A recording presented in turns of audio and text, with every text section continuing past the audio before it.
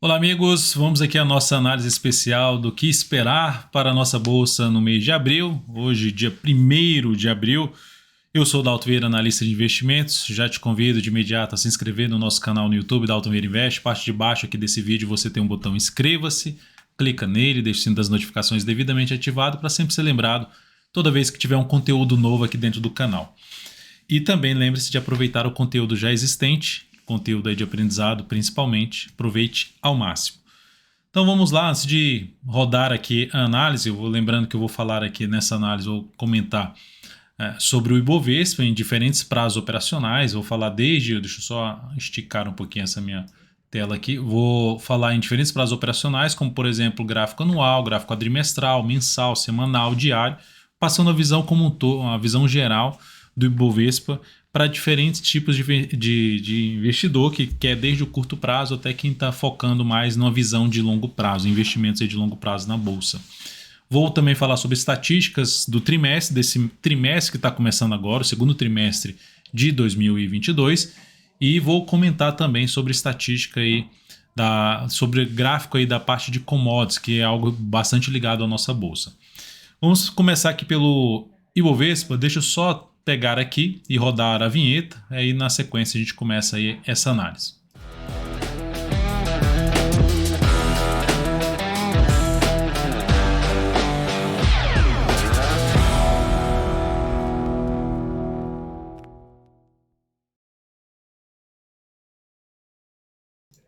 Então vamos lá, começando aqui pelo Ibovespa gráfico anual, ou seja, cada barra dessa aqui representa o comportamento de um ano. Então nós estamos aqui em um ano positivo, já com alta de 15,6%, considerando a alta já do pregão de hoje, dia 1º de abril, sexta-feira.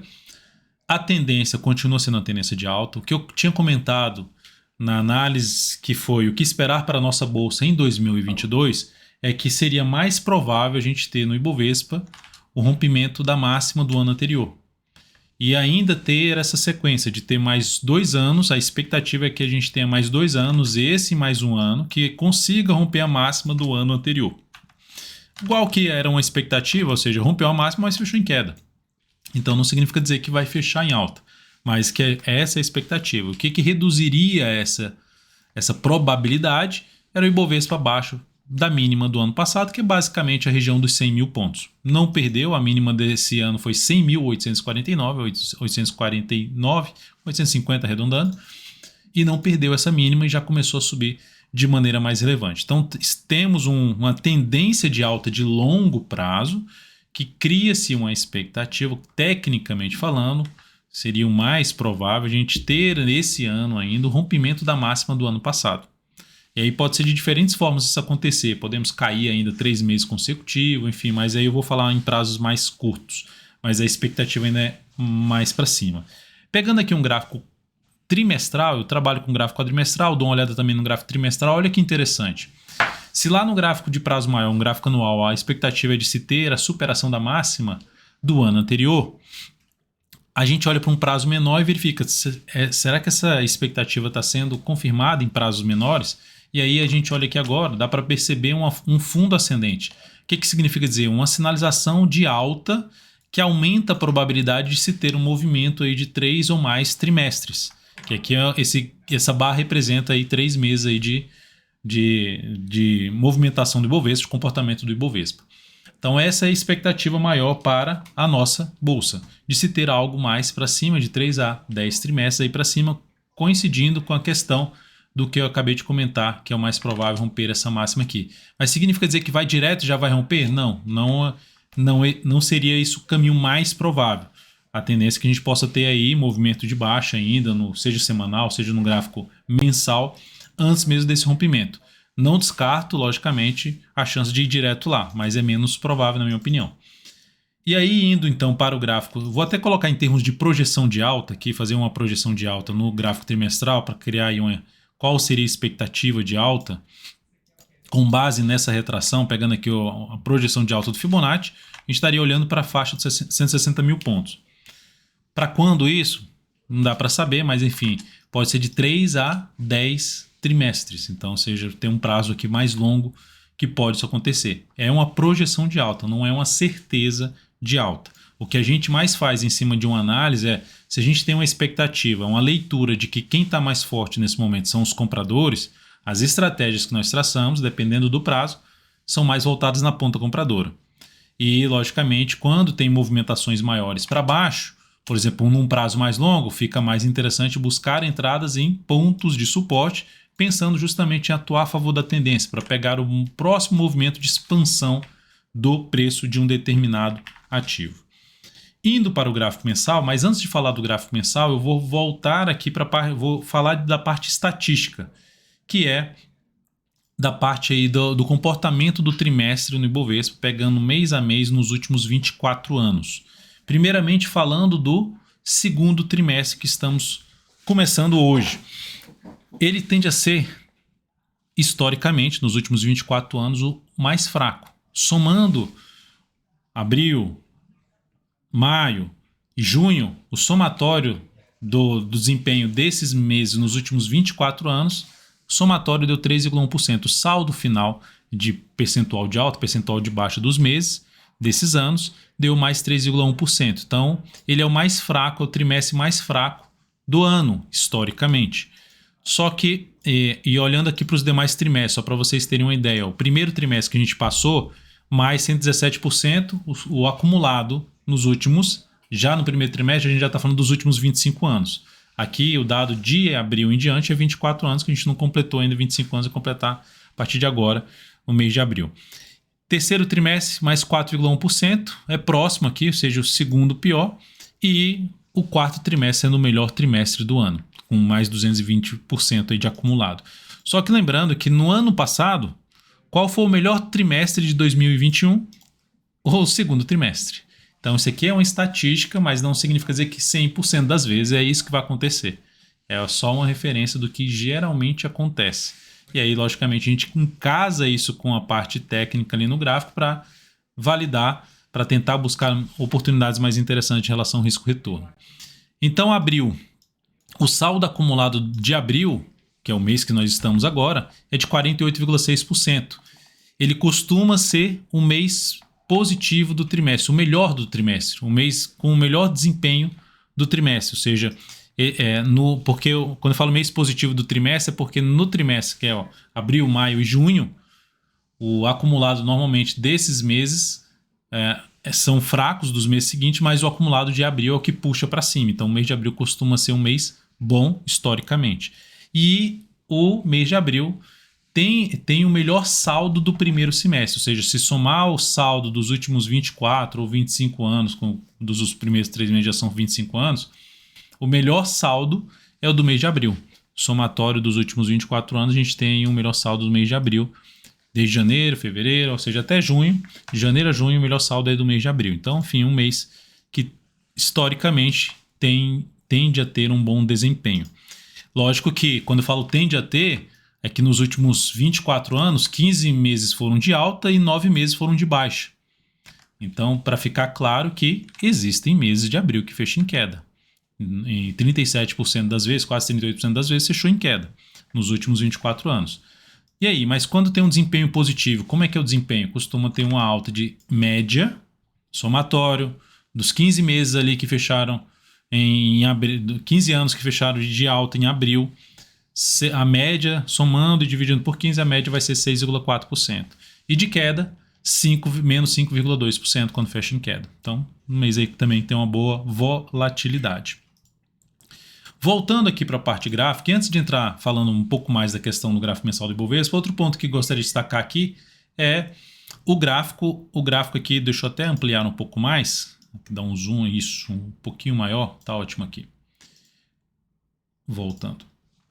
Aqui é o gráfico de commodities, do índice das commodities. Observe isso aqui, ó. Isso aqui é um gráfico trimestral. Olha que interessante que aconteceu. Isso aqui a gente está falando de 2008, veio até aqui embaixo. Só que no início de 2020 já começa um processo de recuperação que quando chega ali no primeiro e segundo trimestre de 2021 já rompe essa região aqui de resistência. O que significa? Mudança de uma tendência longa de baixa de 2008 a 2020. Então a commodities já vinha forte para cima. As commodities já vinham fortes para cima, já vinha um processo de recuperação. Só pegar o gráfico da Vale 3, você vê que é um processo muito forte de recuperação que veio numa linha reta para cima, principalmente ano passado, CSNA 13 também aconteceu isso. Então, é algo realmente relevante o que tem aqui. O que significa? Significa dizer que o caminho mais provável, após ter alguns trimestres, pode ter alguns trimestres de correção, é para cima. Igual aconteceu aqui, ó, caiu, perdeu essa região. Eu falei disso sobre o IPCA. O IPCA está diretamente ligado a isso. Se tem uma alta das commodities, você vai ter uma inflação maior. Então aqui você teve lá atrás também essa queda. Na mesma coisa que aconteceu com o IPCA, foi lá para baixo, veio vindo para baixo e agora teve isso aqui.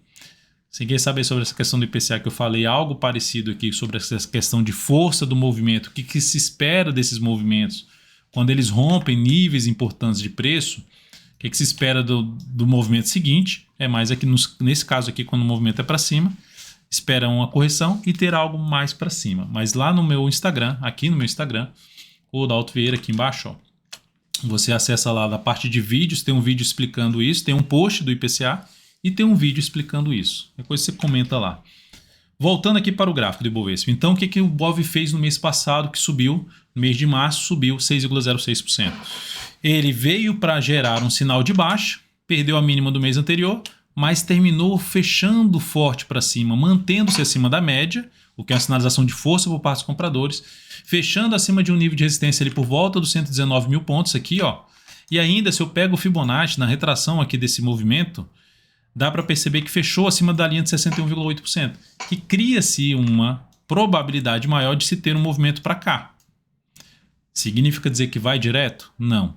Mas significa dizer que a gente está dentro de um contexto positivo, apoiando o que eu falei no gráfico trimestral, fundo ascendente em cima da média, e um gráfico anual, maior probabilidade de se ter novas máximas nesse ano, uma nova máxima em relação ao ano passado e uma máxima, e lá em 2022, uma máxima superior ao ano anterior, ao ano de em 2023 superar a máxima de 2022.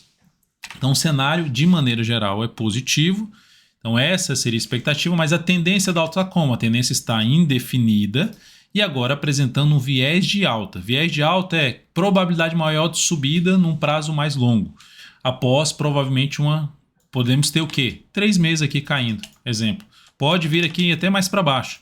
Mas a expectativa vai mudar de vir aqui? Não. O que aborta completamente essa expectativa é aqui, ó, o retorno do Ibovespa para baixo de 100 mil pontos.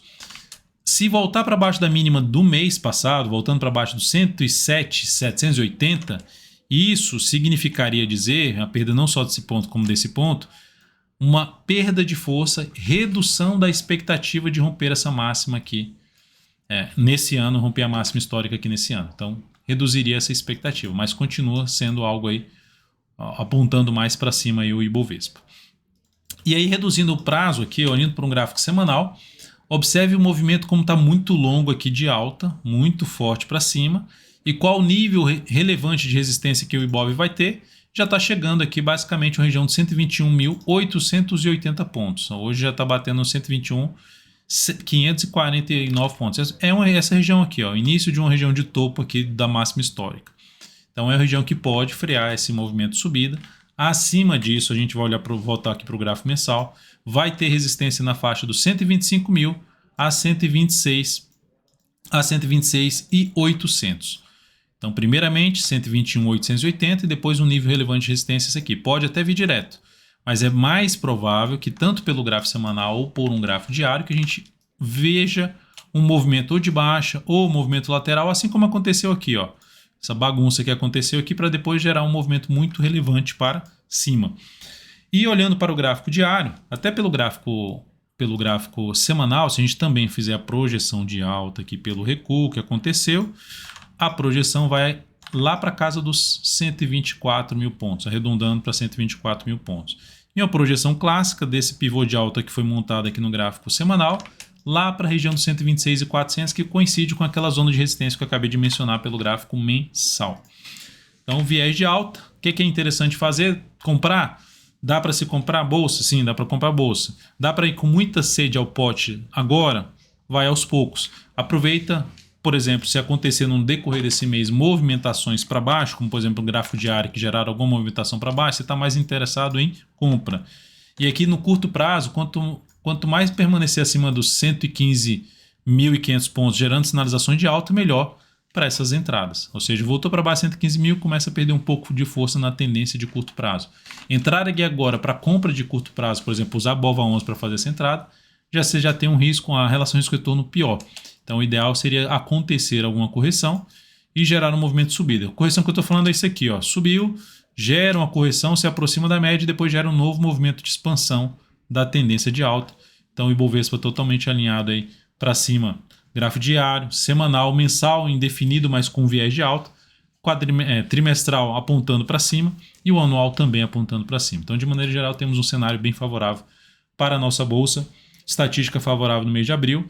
E lembrando, se cair, a gente está olhando muito mais para planejar operações de compra do que de venda. Podemos ter turbulência por conta do desenrolar da guerra, por conta do ano eleitoral, sim, podemos ter essa turbulência, mas ao olhar para essa turbulência como possível oportunidade mais para oportunidade de compra e de posicionamento, pensando em um prazo mais longo na bolsa.